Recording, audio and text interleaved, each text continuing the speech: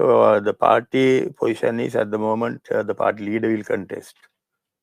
But I have my reservations because I am not happy with the way certain things are happening in the party at the moment. Where did things go wrong between you and Sajith Premadasa? Do you feel that it was something that was building up, or like suddenly down the line, he lost track?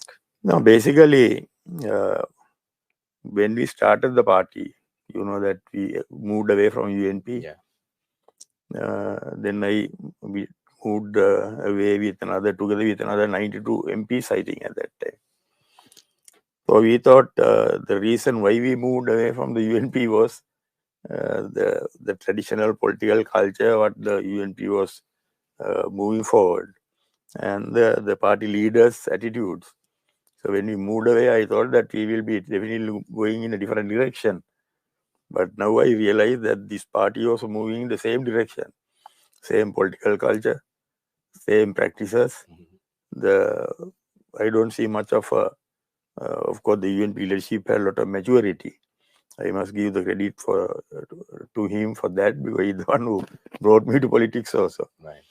But this being a new party, I thought that we'll have to move fast forward and catch up and establish ourselves as a matured political outfit.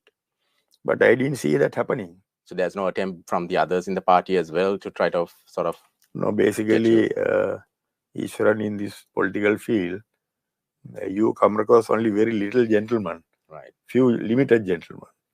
If one is falling, there'll be so many others who are clapping behind the scene to waiting to come and sit on your seat. That is what happened like in this party also. Right. You don't see Ranil Wickremesinghe as capable of maybe doing what these people in the Aragalaya were also calling for? You don't think that he can maybe take the country forward? No, as it is, as per my concerns, the present government headed by him, they are doing their best, all right. Right. But whether the outcome so far has been satisfactory is the question. We know that, of course, when many people are reluctant to take over, Mr. Ranil Wickremesinghe took over the government. So he faced the challenge. But whether we have achieved in certain areas, we have achieved certain favorable results. But to me, as per my conscience, I don't think we have fallen to the correct track still. Field Marshal Sarath Fonseka, we've got a question from Vipulananda. And Vipulananda wants to know if there was a written agreement between you and the TNA in 2010, because the TNA, of course, did support you during that election. So his question is, was there an agreement between Sambandhan, the late Sambandhan, and you during the 2010 elections? Actually, Sharon, we had about 2 rounds of talks where even Mr. Ranil Wickremesinghe was present. That election, even the JVP supported me. So everybody was aware of the talks and what we discussed. During those discussions, Mr. Sambandhan never wanted to put me under unnecessary pressure, or he never wanted to make any demands from me. But he expressed his confidence on me, because as against me, the Rajapaksa camp, they were racist and they were trying to speak to the people in the south, to trying to instigate them and put them against the communities. So with me, that sort of thing was not happening. And in fact, even the outcome of that election, you could see about 100, I think about more than 140,000 people voted to me from the northern province.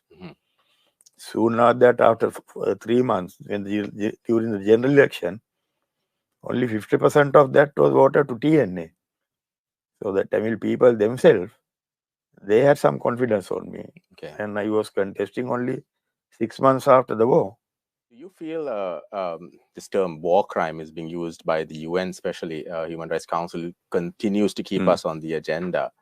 Do you feel war crime is an exaggeration? Were there war crimes? If 40,000 people died, those who survived, I said 225,000, I took them away. Right. In 2 occasions.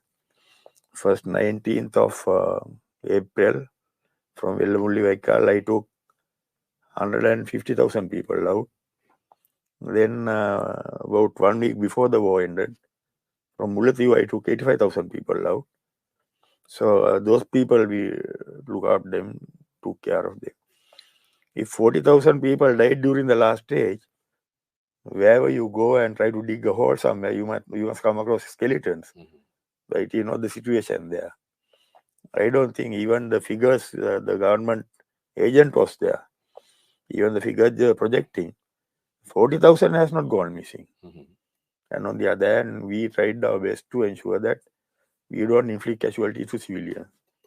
I control firing of heavy weapons, artillery, indirect weapons, all that, especially during 5 months of 2009.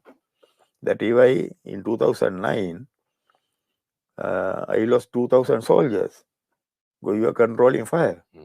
Whole of 2008, I lost 2,000 soldiers. During the last 5 months, 4.5 months, I lost 2,000 soldiers because you were controlling fire. Otherwise, we could have, when they were cornered into that 10 kilometer by 10 kilometer area, we could have finished it in 1 month. Right. If you are lavishly firing all of weapons and shooting at civilians and everybody. But we didn't do it. So definitely it is exaggerated.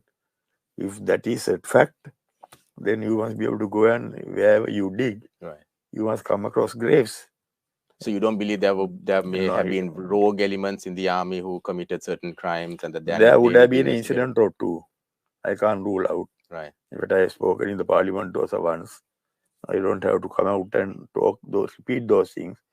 Then more than doing justice, we'll be going to courts and coming back. Because somebody can go and file a case. But in parliament, I have mentioned twice. Right. There were a couple of incidents, but they were not during fighting the war. Okay. After the war also, when the intelligence people trying to deal with certain people, certain issues, not in the front line, in the rear areas, there have been a couple of incidents where I started investigations on one particular incident because I was removed from command. I could not continue. But no major event taking the genocide or whatever it is taking place in the front areas. Right. It never happened like that.